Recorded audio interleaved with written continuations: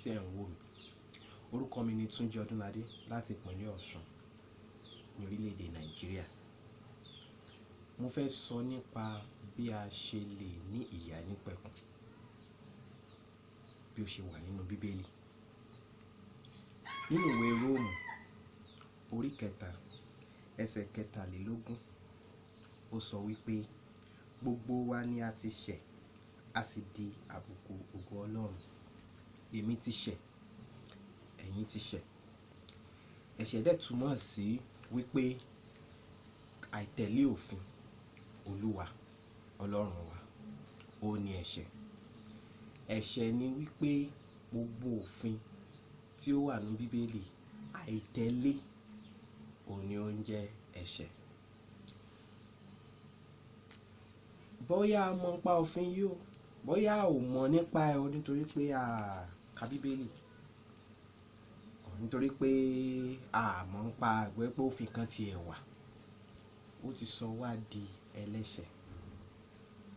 Yàtọ̀ sí yẹn pàápàá nítorí pé Ádámù ti ṣẹ̀ láti inú ọgbà Ídẹ́nì, nítorí pé a dẹ̀ jẹ́ ọmọ Ádámù. Nípasẹ̀ Ádámù ni a fi wà àti jogún ẹ̀ṣẹ̀ láti ọ̀dọ̀ Ádámù wá. Bíbélì wa sọ síwájú wípé èrè ẹ̀ṣẹ̀ òun ni ikú nínú ìwé Róòmù orí 4 ẹsẹ̀ 23. Ó sọ wípé nítorí ikú ni èrè ẹ̀ṣẹ̀, that is bí owó oṣù fún iṣẹ́ tí a ṣe, ó ní èrè ẹ̀ṣẹ̀. Ikú ní èrè ẹ̀ṣẹ̀. Kí wá ní ikú yìí? Ikú yìí ò ṣe nípa ikú ara tí gbogbo àwa tí a bá ti kú kí Jésù Olúwa wa tó farahàn ní àwọsánmọ̀. Kì í ṣe ikú yìí ni à ń sọ. Bíbélì sọ nínú ìwé Ìfihàn orí 20 ẹsẹ̀ 14. Ó sọ wípé àti ikú àti ipò òkú ni a ó sọ sínú adágún iná. Èyí ni ikú kejì. Ikú tí Bíbélì ń sọ nínú ìwé Róòmù orí 4 ẹsẹ̀ 23 ni ikú kejì. Nítorí ikú, ìyẹn túmọ̀ sí pé jíjó nínú adágún iná ó ní èrè ẹ̀ṣẹ̀. Ṣùgbọ́n oore ọ̀fẹ́ kan wà tí Ọlọ́run fún wa tí a bá ka ẹsẹ̀ yẹn síwájú. Ó sọ wípé ṣùgbọ́n ẹ̀bùn ọ̀fẹ́ Ọlọ́run ní ìyè tí kò ní pẹ̀kun. Ìyè tí kò ní pẹ̀kun ni ìyè tí kò lópin. Ìyè tó lọ títí láéláé. Ìyè tí kò ní àbùkù.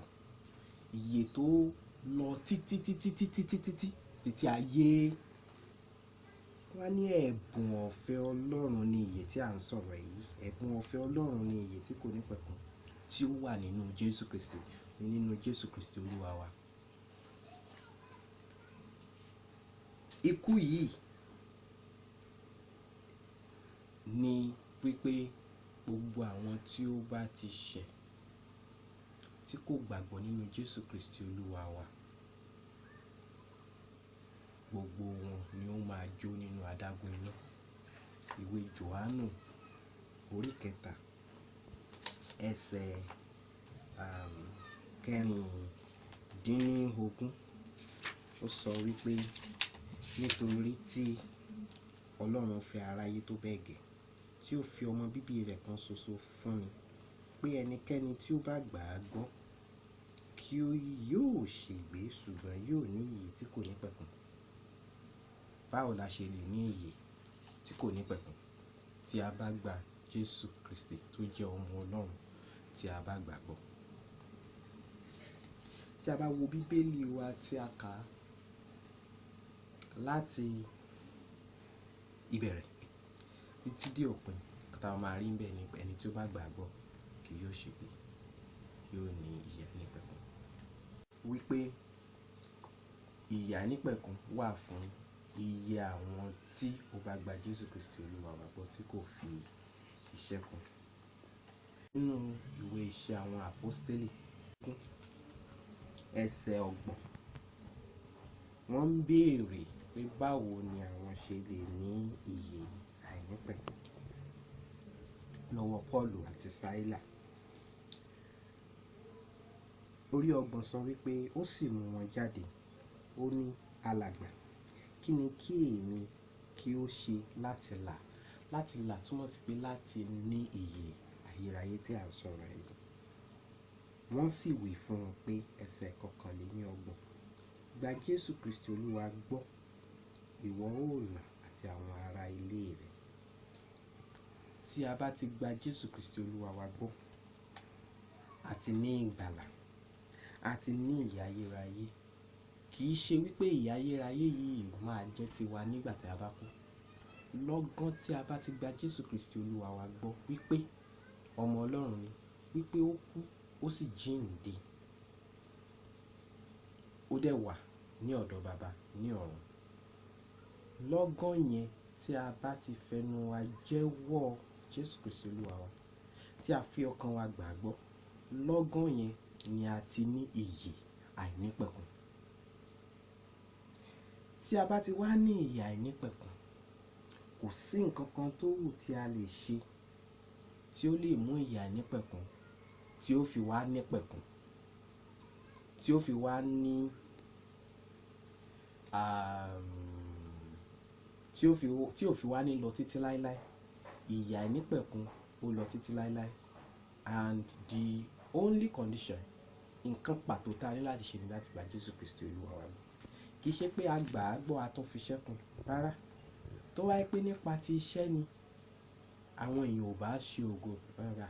Mo gbọ́dọ̀ ṣiṣẹ́ kún, mo gbọ́dọ̀ gba Jésù Kristi Olúwa wa gbọ́, nípa ti gba Jésù Kristi Olúwa wa gbọ́, mo gbọ́dọ̀ máa lọ ṣọ́ọ̀ṣì, mo gbọ́dọ̀ pa òfin mọ́, mi ò gbọ́dọ̀ jalè mọ́, mi ò gbọ́dọ̀ ṣe gbogbo àwọn nǹkan wọ̀nyí dáa, mi ò gbọ́dọ̀ parọ́ mọ́.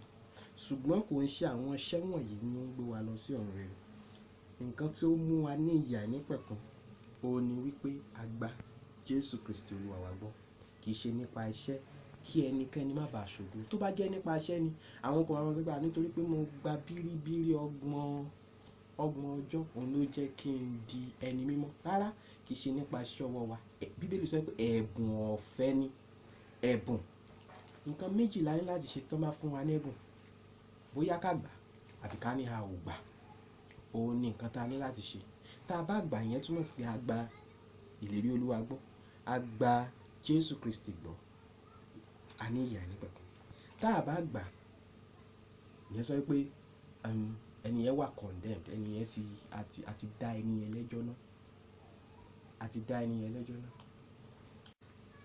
Ìyè ayérayé kì í ṣe nípa iṣẹ́, kì í ṣe nípa ìgbàgbọ́ nínú Jésù Kristi Olúwa wa àti iṣẹ́. Iṣẹ́ máa fún wa ní èrè ní ọ̀run nígbà tí a bá fi iná dán wò. Tó bá dúró ń bẹ̀, ó máa jèrè tiwa. Ṣùgbọ́n kì í ṣe nípa iṣẹ́ ọwọ́ wa. Àwọn kan máa sọ wípé nítorí pé mi ò ní ẹ̀ṣẹ̀ kankan, nítorí pé mo pa gbogbo òfin Olúwa mọ́ pátápátá, òun ni ó máa jẹ́ kí a lọ sọ́run rere. Eléyìí ò bá Bíbélì mu ní ibikíbi. Àwọn èèyàn máa tún wá ń béèrè pé ṣé inú májẹ̀mú titun ni ìlànà láti ní ìyè ayérayé ti rí báyìí ni? Rárá o. Ó ti wà ní àti ìbẹ̀rẹ̀. In fact, láti inú Genesis ni ó ti wà bẹ́ẹ̀. Bíbélì sọ wípé Abraham gba Olúwa gbọ́, a sì kà sí fún un pé òdodo ni. Ó gba Olúwa gbọ́, ó ti di òdodo. Ẹni tó bá ti gba Jésù Kristi gbọ́ gẹ́gẹ́ bí Olúwa láì fi ṣẹ́kùn, ó ti di olódodo. Ó ti di olódodo. Ẹni yẹn ti ní ìyè ayérayé. Tí Jésù bá yọ láwọ̀ sánmọ̀, yóò bá jọba. Tí ó bá sùn, tí ìpè bá dún, yóò bá Jésù jọba. Nítorí pé nǹkan tí ó wà nínú Bíbélì ni. Tí ọ̀rọ̀ yìí bá tọ́ ẹ lọ́kàn tó ṣe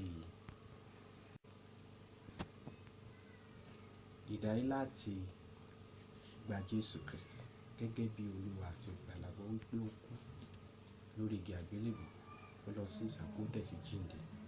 O lè wí báyìí tẹ̀lé mi kó sọ wípé Baba wa tí ń bẹ ní ọ̀run, Jésù Kristi, mo ṣetán láti gbà ọ́ gbọ́ lónìí. Mo fi ẹnu jẹ́wọ́ rẹ wípé ìwọ ni Olúwa tí o wá sí ayé, tó kú lórí igi àgbélébùú, tó lọ sí ìsànkú, tó jí dìde, tó wà ní ọwọ́ ọ̀tún, tó ṣe ń padà bọ̀ láti wá kó àwọn àyànfẹ́.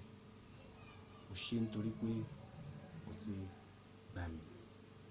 O ṣé nítorí pé o ti fún mi ní ìgbàlà. Ògo ni fún orúkọ Olúwa. Ní orúkọ Jésù Olúwa wa. Àmín. Náà, tẹ́ bá ti wá gba Jesu Kristi gbọ́, ẹ darapọ̀ mọ́ àwọn ìjọ Ọlọ́run tí wọ́n gbé ìyìn rere wọn lórí Bíbélì láì ṣe àmúlùmọ́là, kí ẹ máa bá wọn jọ́sìn, kí ẹ dẹ̀ sì máa ka Bíbélì yín lójoojúmọ́. Ẹ ṣé fún àkókò yín. Jésù Olúwa.